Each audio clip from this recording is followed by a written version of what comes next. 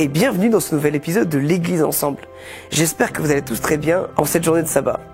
Aujourd'hui, on se retrouve avec le pasteur Alain Bonnefond qui va nous partager une prédication qui a pour titre « Affronter Jéricho ». Si vous avez des questions, je vous invite à les poser dans l'espace commentaire qui se situe en bas de la vidéo. Je vous dis à tout à l'heure et bon visionnage.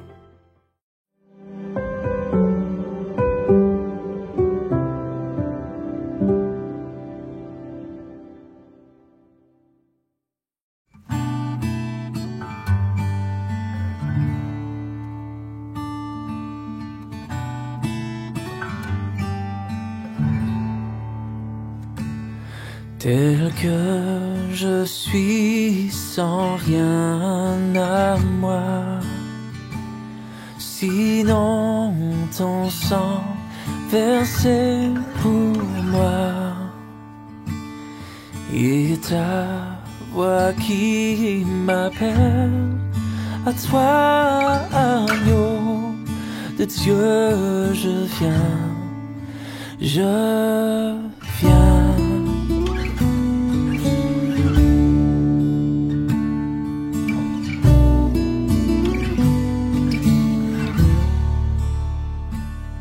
Tel que je suis bien vacillant, en proie au doute à chaque instant, lutte au-dehors, crainte au-dedans, agneau de Dieu, je viens.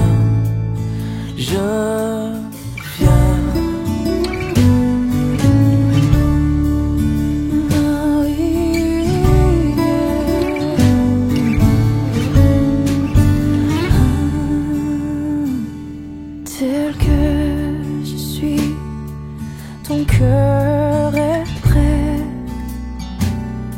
à prendre le mien tel qu'il est, pour tout changer, sauveur parfait, agneau de Dieu, je viens.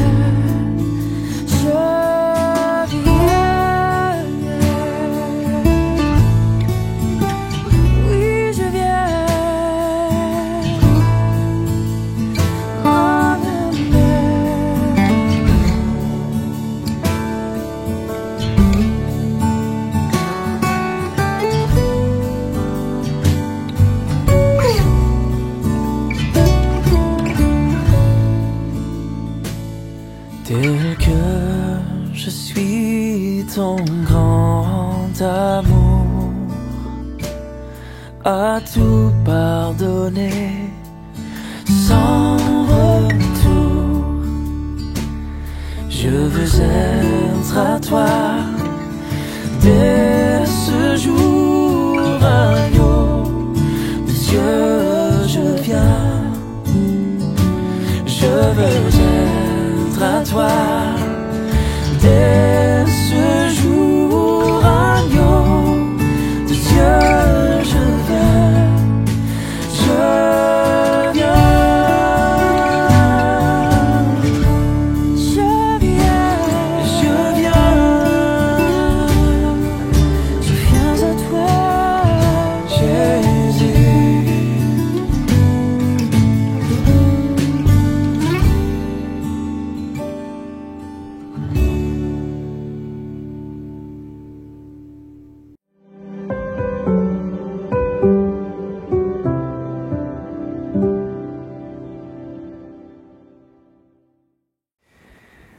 Bonjour à tous, très heureux d'être avec vous ce matin pour partager ce temps de la parole de Dieu ensemble.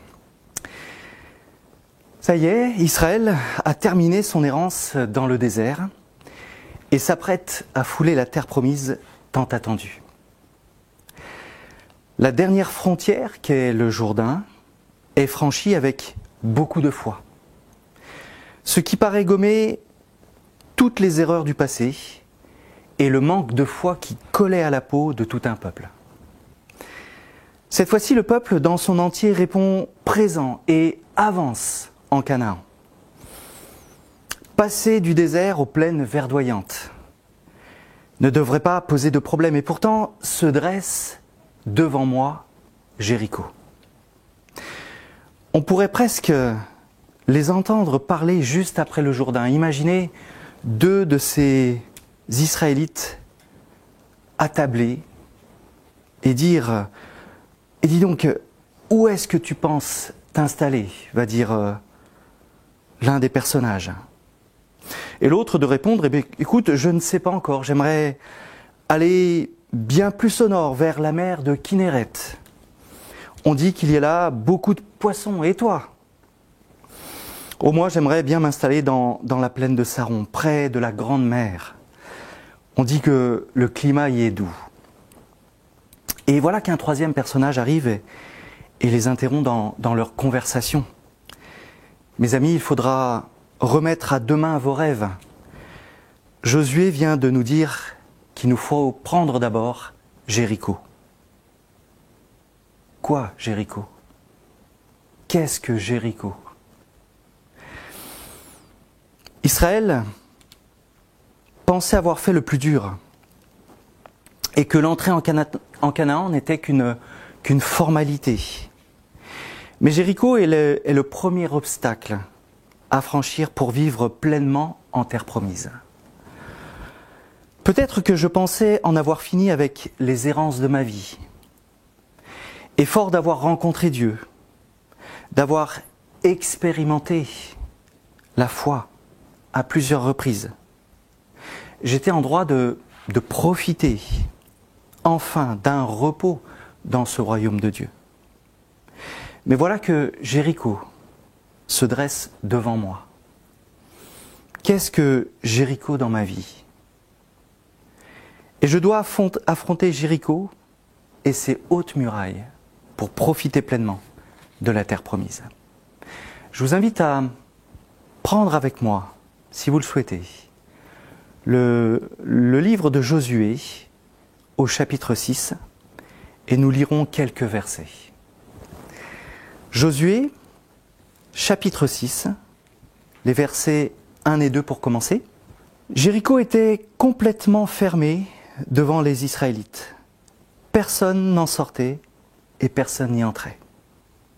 Le Seigneur dit à Josué, « Regarde, je t'ai livré Jéricho, son roi et les vaillants guerriers. » Je saute quelques versets, je vais au verset 6. Josué, fils de Nun, appela les prêtres et leur dit, « Portez le coffre de l'Alliance, que 7 prêtres portent 7 trompes, les cornes de bélier devant le coffre du Seigneur. » Puis il dit au peuple, « Passez, faites le tour de la ville, et que l'avant-garde passe devant le coffre du Seigneur. » Il en fut comme Josué l'avait dit au peuple. Les sept prêtres qui portaient les 7 trompes, les cornes de bélier devant le Seigneur, passèrent et sonnèrent de la trompe. Le coffre de l'alliance du Seigneur les suivait. L'avant-garde marchait devant, les prêtres qui sonnaient de la trompe, et l'arrière-garde suivait le coffre. On marchait au son de la trompe. Josué avait donné cet ordre au peuple. « Vous ne lancerez pas d'acclamation, vous ne ferez pas entendre vos voix, il ne sortira pas une seule parole de votre bouche, jusqu'au jour où je vous dirai « Lancez une acclamation ». Alors vous lancerez une acclamation. Le coffre du Seigneur fit le tour de la ville. Il tourna une fois, puis ils rentrèrent au camp et y passèrent la nuit. Josué se leva de bon matin, et les prêtres se remirent à porter le coffre du Seigneur. Les 7 prêtres qui portaient les 7 trompes, les cornes de bélier, devant le coffre du Seigneur se remirent en marche et sonnèrent de la trompe. L'avant-garde marchait devant eux, et l'arrière-garde suivait le coffre du Seigneur. On marchait au son de la trompe. Ils firent une fois le tour de la ville, le 2e jour, puis ils retournèrent au camp. Ils firent de même pendant 6 jours. Le 7e jour, ils se levèrent avec l'aurore et firent le tour de la ville de la même manière, 7 fois. Ce fut le seul jour où ils firent 7 fois le tour de la ville. La 7e fois, les prêtres sonnèrent de la trompe et Josué dit au peuple, « Lancez une acclamation, car le Seigneur vous a donné la ville. » Je vais plus loin au verset 20. Le peuple lança une acclamation et on sonna de la trompe. Lorsque le peuple entendit le son de la trompe, il lança une grande acclamation. Le rempart s'écroula sur lui-même, et le peuple monta à l'assaut de la ville. Chacun devant soi, ils prirent la ville. Ils frappèrent d'anathème tout ce qui était dans la ville, hommes et femmes, enfants et vieillards, bœufs, moutons et ânes. Ils les passèrent au fil de l'épée. Ce récit fait partie des choses étonnantes dans la Bible. Au même titre que le poisson de Jonas, ou le soleil qui arrêta sa course presque une journée, ou Jésus marchant sur l'eau. La victoire du peuple d'Israël ne va pas se faire avec les armes comme les autres conquêtes. Nous sommes donc en terre promise. Le peuple a vécu la libération du pays d'Égypte et il a fait sa rencontre avec son Dieu. Et on peut dire qu'à plusieurs reprises, il a fait son baptême de foi pendant ces 40 années. Et le dernier en date, c'est donc la traversée du Jourdain. Jéricho n'est donc pas une épreuve de plus qui mène à la libération. La libération a déjà été vécue. C'est une épreuve qui mène à la sanctification, pour parfaire ma croissance en Dieu. Jéricho se dresse au travers du chemin du peuple. Et pas possible de l'ignorer. Jéricho, par sa racine, rappelle le mot lune. Et l'on pense que ses habitants étaient des adorateurs de la lune et des étoiles. Pour prendre possession de la terre promise et y planter l'étendard de Dieu, Jéricho est incontournable. Dans nos vies, il y a des défis qui nous semblent trop grands, trop élevés, qui me paraissent infranchissables. Et pour planter l'étendard de Dieu dans ma vie, je dois affronter Jéricho. J'aurais tendance à dire que ce n'est pas bien grave, que je suis comme ça et que je ne peux pas changer. Peut-être me suis-je résigné à ne pas progresser sur ce plan-là. Peut-être même que j'ai cessé de combattre depuis longtemps, pensant qu'avec le temps, Jéricho et ses murailles s'estomperont dans ma vie. Et je banalise. Et je fais comme si ce n'est pas important. Je le nie, en me disant que je pourrais m'en occuper plus tard, à un autre moment. Si ce n'est pas si grave, pourquoi je n'arrive pas à l'affronter ? Jéricho, ça peut être un trait de caractère. Ça peut être une maladie. Ça peut être une inquiétude, une angoisse pour boucler les fins de mois, pour subvenir aux besoins de ma famille. Jéricho, c'est peut-être une haine tenace dans un coin de mon cœur, une rancune. C'est peut-être aussi une culpabilité que j'ai peut-être enfouie, à laquelle je tente en vain d'échapper. Et je pense sincèrement que le Seigneur me laissera entrer en terre promise avec Jéricho dans un coin de ma tête, dans un coin de mon cœur. Je me leurre. Jéricho ne fait pas partie du royaume de Dieu. Josué ne prend pas Jéricho à la légère. Il envoie d'abord 2 espions pour en faire la reconnaissance. Il va en personne aux alentours de Jéricho. Et c'est là que le chef de l'armée de l'Éternel le rencontre. Jésus, lui aussi, sait bien la portée de cet obstacle qu'est Jéricho dans la conquête de la terre promise. Il fait donc le déplacement en personne. Donc avant d'affronter Jéricho, il y a nécessité de rencontrer le Christ. Car il est le chemin, la vérité et la vie. Chemin parce qu'il y a une issue à mon combat. une solution face à cet obstacle qui m'empêche d'avancer. Jésus est vérité parce que ses promesses sont vraies, mais aussi parce que je ne dois pas rester dans le déni. Il y a bien un ou des Jéricho dans ma vie, et qu'il faut arrêter de se mentir. Enfin, Jésus est vie, parce que ce combat avec Dieu va me mener à la vie éternelle. On est à un épisode délicat de l'histoire du peuple d'Israël. La nuée n'est plus. La manne ne tombe plus. Les vêtements et les chaussures vont commencer à s'user. On pourrait croire que Dieu n'est plus là, au quotidien, et que je n'ai plus accès à la grâce, à la présence de Dieu. Et pourtant, lors de cette rencontre de Jésus avec Josué, Jésus va dire « ôte tes sandales de tes pieds, car le lieu où tu te tiens est sacré. » Parce que Jésus y est présent. J'ai donc accès à la présence de Dieu tous les jours de ma vie, si je veux bien ouvrir la porte de mon cœur. Et Jésus propose une démarche étonnante pour vaincre Jéricho. Josué, l'homme de guerre, va devoir laisser ses armes, les mettre de côté pour livrer un tout autre combat. D'abord, il faudra marcher, faire le tour de Jéricho.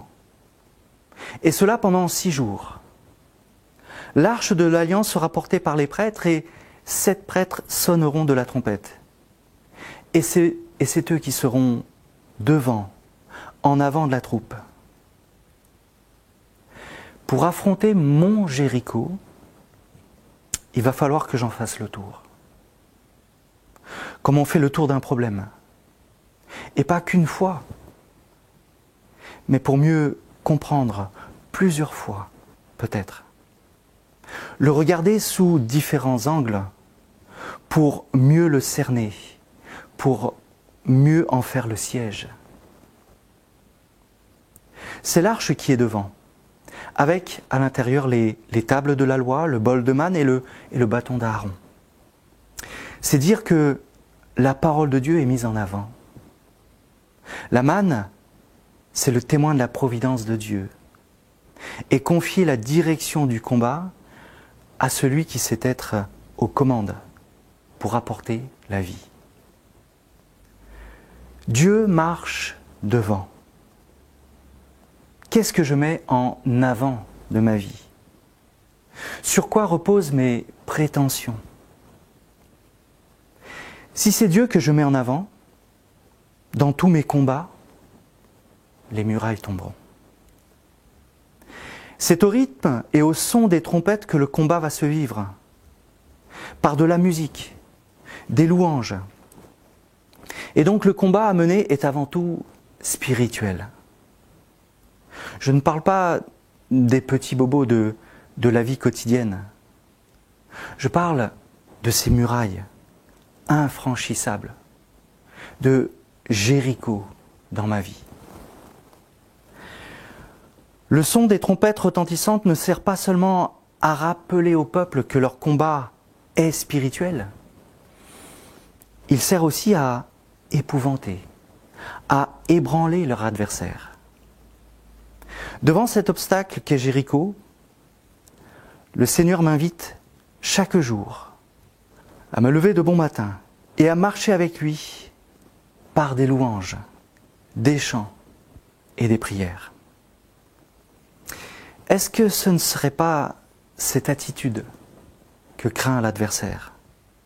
Est-ce que mon attitude persévérante dans la reconnaissance de l'action de Dieu dans ma vie n'est pas crainte par l'adversaire? Et que malgré les murailles infranchissables, lorsque la louange sort de ma bouche envers ce Dieu qui peut tout, c'est l'annonce de fissures dans Jéricho. C'est quand je mets en avant les paroles de Dieu, que ma vie dépend de Dieu et qu'à lui la direction de ma vie. Et si c'était aujourd'hui le siège de Jéricho pour moi? Amen. Merci à Alain Bonnefond pour ce temps de partage. Comme vous le savez, vous pouvez donner vos offrandes en cliquant dans le lien qui se trouve en description. Je vous dis bon sabbat et à la semaine prochaine.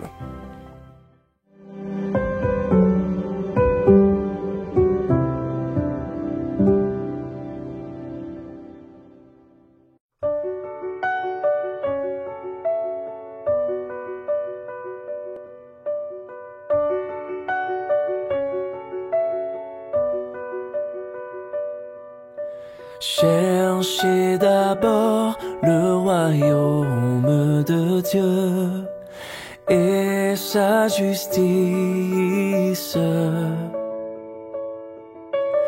et toutes choses vous seront données en plus. Alléluia, Alléluia.